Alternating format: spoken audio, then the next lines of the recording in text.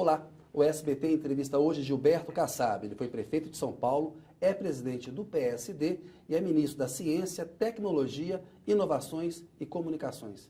Ministro, obrigado por nos dar essa entrevista. Eu que agradeço, Kennedy, a oportunidade de mais uma vez estar aqui conversando com você. Muito obrigado. Está tudo bem com o senhor? Está tudo bem, um momento difícil do país, não é? Conjuntura econômica desfavorável a todos nós, sonhando e acreditando que as coisas vão melhorar. A crise política ainda persistindo, mas já com uma luz no fim do túnel. E todos nós trabalhando, portanto, para dias melhores. Ministro, começar falando um pouco da área do senhor. Em relação à questão da TV digital, do sinal digital, a meta era chegar até o final de 2018 com 100% de sinal digital. Houve alterações, a gente viu que as Olimpíadas tiveram um peso para se adiar, a entrada de algumas áreas que já deviam estar com o sinal analógico desligado, passar a digital. A gente tem eleições municipais pela frente. Eu pergunto para o senhor, essa meta de terminar isso até 2018 está mantida ou é possível que isso se estenda um pouco mais? Não, essa meta ela já foi alterada num passado recente, onde nós temos como objetivo agora, até 2018, digitalizar as principais cidades do país, os principais centros populacionais do país. Eu tenho certeza absoluta que nós vamos atingir essa meta. Daqui a algumas semanas, nós vamos estar consolidando e terminando esse processo em Brasília e, posteriormente, nós vamos iniciar o processo em São Paulo. Eu acho que o mercado está bastante confiante, a população, o usuário também, e, posteriormente, após 2018, nós teremos um planejamento para que as demais cidades, em geral as menores cidades, possam, num prazo determinado, também passar por essa migração. Pois é, houve essa mudança. Legal que na prática acabou com esse prazo de final de 2018. Esse prazo adicional, o senhor prevê que seja de quanto tempo? Já tem uma ideia, ministro? Olha, eu estou muito à vontade porque não foi uma decisão minha, foi uma decisão de gestões anteriores, mas foi uma decisão correta. Num primeiro momento, os objetivos estavam baseados em premissas totalmente equivocadas, extremamente otimistas. Agora não. Nós estamos com o pé no chão. Os grandes centros, com certeza, vão atingir esse objetivo até 2018, portanto, uma percentagem majoritária da população brasileira. E eu acredito, vou aqui estimar, não é meta, é uma estimativa, por volta de 2023, 2022, nós vamos estar com quase todo o país já passado por esse processo. Isso, quando houve aí o governo Temer, aconteceu uma fusão do antigo Ministério da Ciência e Tecnologia com a pasta das comunicações. Houve muita crítica, muita reclamação da comunidade científica, dizendo que não havia tanta afinidade assim para reunir as duas pastas. O senhor está no Ministério, e são 100 dias de governo Temer. Qual é o diagnóstico que o senhor faz dessa união? E uma pergunta específica é o seguinte, de onde que vai vir o dinheiro? Porque o orçamento está muito apertado e é uma queixa muito grande da área científica. Bom, primeiro, eu tenho dito em todas as oportunidades, nas reuniões com a comunidade científica, que eu tenho respeito pela posição que eles adotaram de questionar a fusão. Eles questionam a fusão não porque entendem que não tem afinidade entre as duas áreas. É porque eles têm muita insegurança no sentido de ter um ministro de que possa privilegiar a área de comunicações e crescimento da área de ciência e tecnologia. Felizmente, isso é muito gratificante, eles não têm essa preocupação no atual governo, sendo eu ministro e o presidente Temer presidente da República. Mas, o que eu tenho dito a eles é que nós vamos provar que dentro desse ministério todos são importantes. E até porque num governo presidencialista, as decisões são presidencialistas. E ela está respeitando a nossa posição, estamos trabalhando juntos. Foi um retrocesso a junção das duas pastas? Não acredito, sinceramente, eu defendo a fusão. Nós temos que reduzir mais ainda o número de ministérios. Não tem nenhum sentido um governo federal, um presidente da República, ter uma relação direta com 35, 39, 40 ministros. O que aconteceu é essa necessidade e o governo acabou aproximando, as áreas são próximas e comunicações tem muita sinergia, em especial no campo da tecnologia, com o mundo das ciências. Ministro, a Oi, que é a maior empresa de telefonia fixa do Brasil, junto aí com a Vivo nessa área, entrou com um pedido recorde de recuperação judicial, 65 bilhões de reais. O senhor tem conversado com investidores, tem acompanhado esse assunto. Muita gente avalia no mercado, talvez seja difícil a empresa se viabilizar com os atuais acionistas. Qual que vai ser a solução para a Oi? Vai ser uma solução de venda da empresa? Há possibilidade de uso do BNDES, como no passado, para se viabilizar um negócio desse tipo? Como é que o senhor vê essa crise da Oi? Bom, primeiro, o governo tem se preocupado muito, em especial o nosso ministério, em ter postura, para que essa postura possa tranquilizar o país e as demais operadoras. Porque no momento em que uma operadora passa por uma crise dessa envergadura, dessa dimensão, nós temos que ter duas sinalizações. A primeira é para a sociedade brasileira. Deixar claro para a sociedade brasileira que nós não vamos investir recursos públicos para ajudar uma empresa que pode quebrar ou que está descartado porque o Brasil virou a página nesse processo. Mas, por outro lado, nós também temos que sinalizar para o investidor, para as demais operadoras e para a própria Oi, que aquilo que estiver dentro da ética e dentro da normalidade de atuação de um governo, nós vamos ajudar. Não tem porquê uma empresa, uma concessionária com essa dimensão, não possa o governo ajudar dentro das regras e dentro de um processo extremamente ético e que seja respeitado pela sociedade brasileira. Então, o BNDES não entraria como sócio, mas poderia viabilizar um empréstimo por um negócio desse tipo? Olha, eu acho difícil. Eu acho difícil porque no processo da Oi, eu acho que o BNDES já esgotou a sua participação. Sinceramente, é uma decisão que será de governo, não do Ministério, mas na minha percepção, eu acho que já seria um exagero adicional nós colocarmos o BNDES numa nova etapa da Oi. Acho que o BNDES já cumpriu a sua etapa, até com um certo exagero. Ou seja, a solução privada mesmo, né? Solução privada e, dentro do possível, recuperando-se a empresa hoje com os atuais concessionários, não é? E descartando-se como prioridade, não sendo prioridade, a divisão dessa empresa com as demais operadoras, porque não é saudável concentrar muito. Porque aí não estimula a concorrência, é importante, exatamente, né? Falar um pouco de política, o senhor tem fama de ser um excelente articulador político, a carreira do senhor... Fama. Não, mas a carreira mostra que o senhor é um bom articulador político, enfim, a fama faz justiça ao senhor. O ministro Eliseu Padilha deu uma entrevista ao SBT, prevendo que na votação final do impeachment da presidente Dilma, que vai começar agora na próxima quinta-feira, e essa votação deverá ser concluída na semana que vem, que haverá ali de 58 a 62 votos a favor do impeachment definitivo da presidente. Qual que é a conta do senhor? Eu não estou acompanhando para e passo essa questão, mas o meu sentimento é que será um número aproximadamente igual a esse que o ministro Eliseu Padilha cita, por conta da votação anterior, há 2 semanas atrás, que, se eu não me engano, chegou a 59 senadores. Portanto, não acredito que vá diminuir. Ou se mantém igual, ou aumente. Ou amplia, né? No seu entender, a presidente Dilma cometeu crime de responsabilidade, as pedaladas são claramente um crime que pode ser enquadrado na lei do impeachment, ou ela está perdendo o poder, ministro? O senhor foi ministro dela também, a conheceu bem, ela está perdendo o poder pelo conjunto da obra, ou seja, por ter feito um governo que se inviabilizou na política e na economia, um governo ruim, digamos assim. Eu diria, não quero nem entrar no mérito de um governo bom ou um governo ruim. Eu acredito que o conjunto de circunstâncias que foram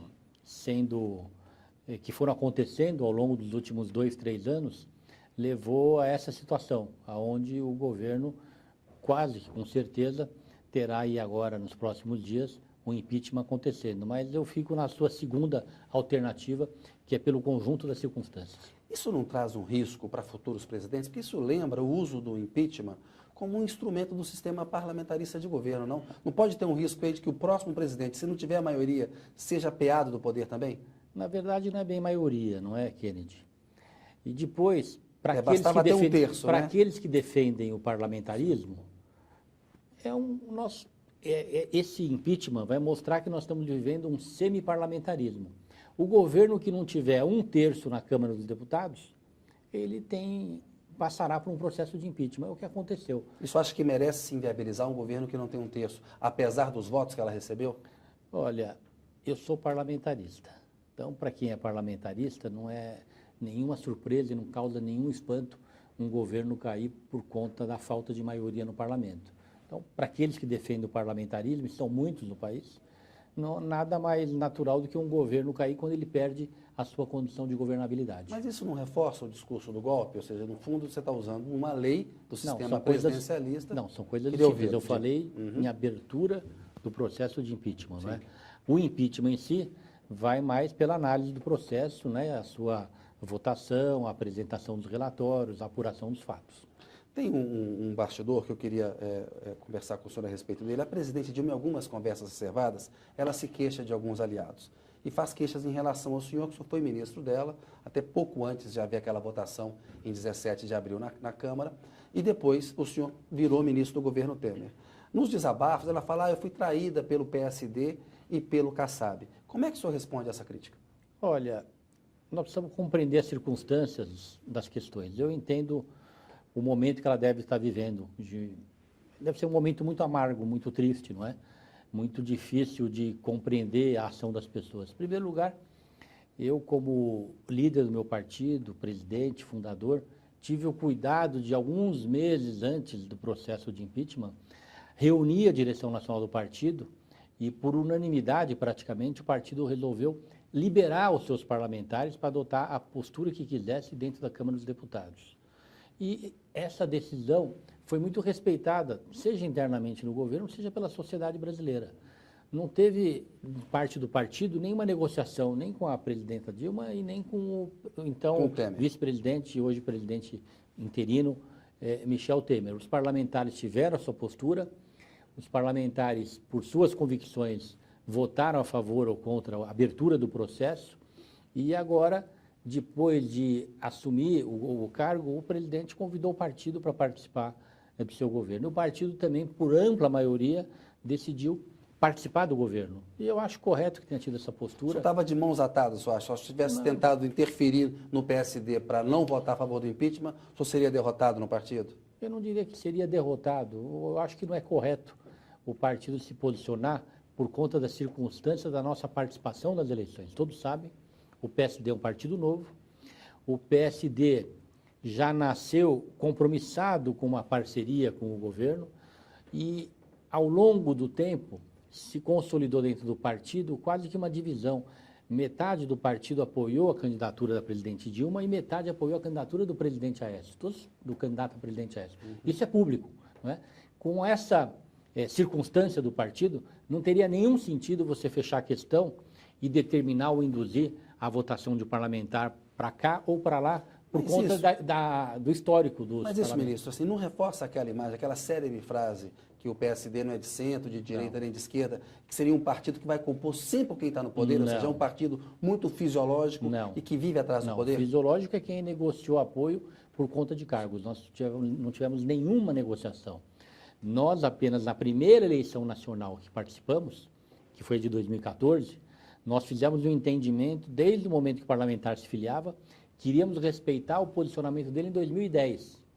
Em 2010, quem não tinha apoiado o PT teve liberdade em 2014 de caminhar de um lado. E existe um compromisso que em 2018 todo o partido vai caminhar para um lado só. Se ganharmos eleições, seremos governo. Se perdermos a eleição, seremos oposição.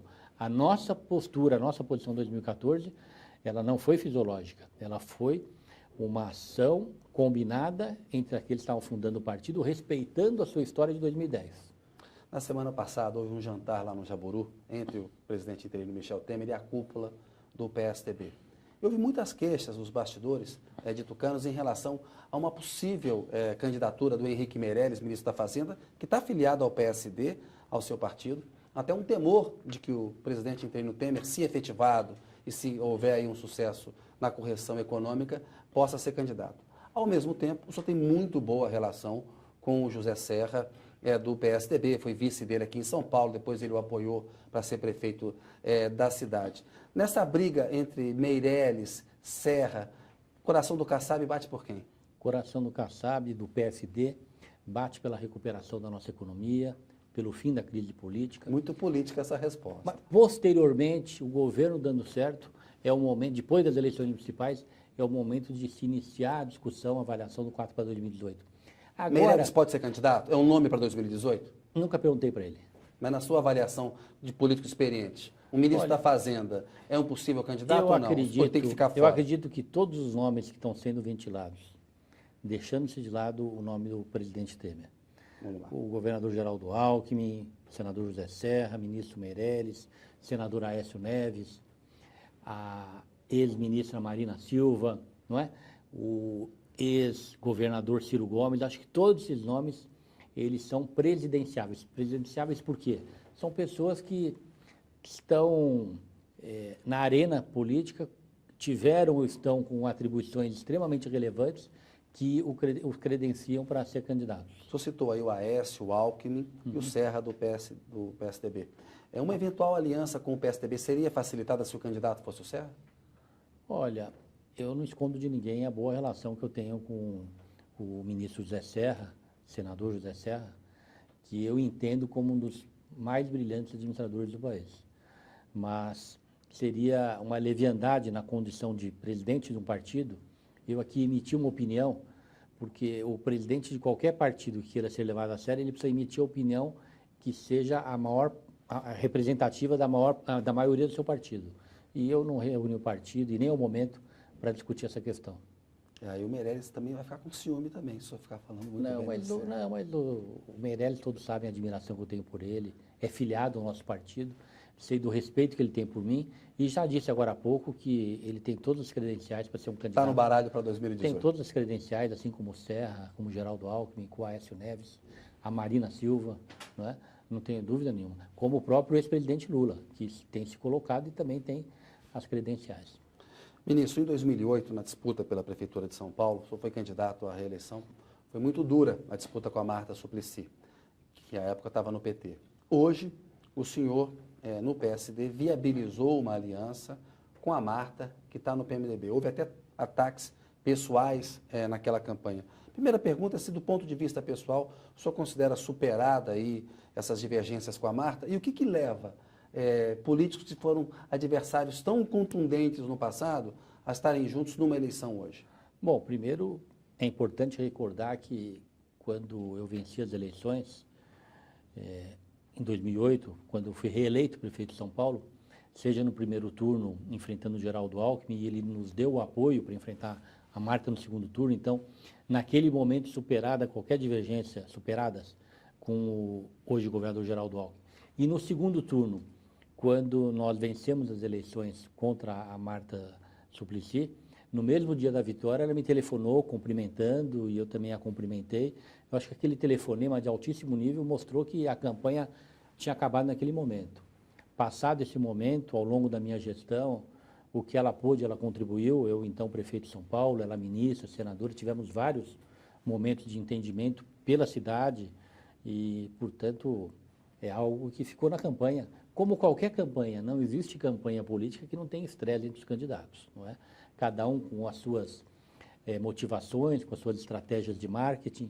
Agora, nesse momento, foi uma questão de convicção mesmo. Primeiro, nós tínhamos um candidato, um pré-candidato, aliás, um bom pré-candidato, que é o André Matarazzo. Vereador em São Paulo. Vereador em São Paulo, foi secretário municipal da subprefeitura da nossa gestão, foi secretário estadual da Cultura, uma pessoa muito bem preparada.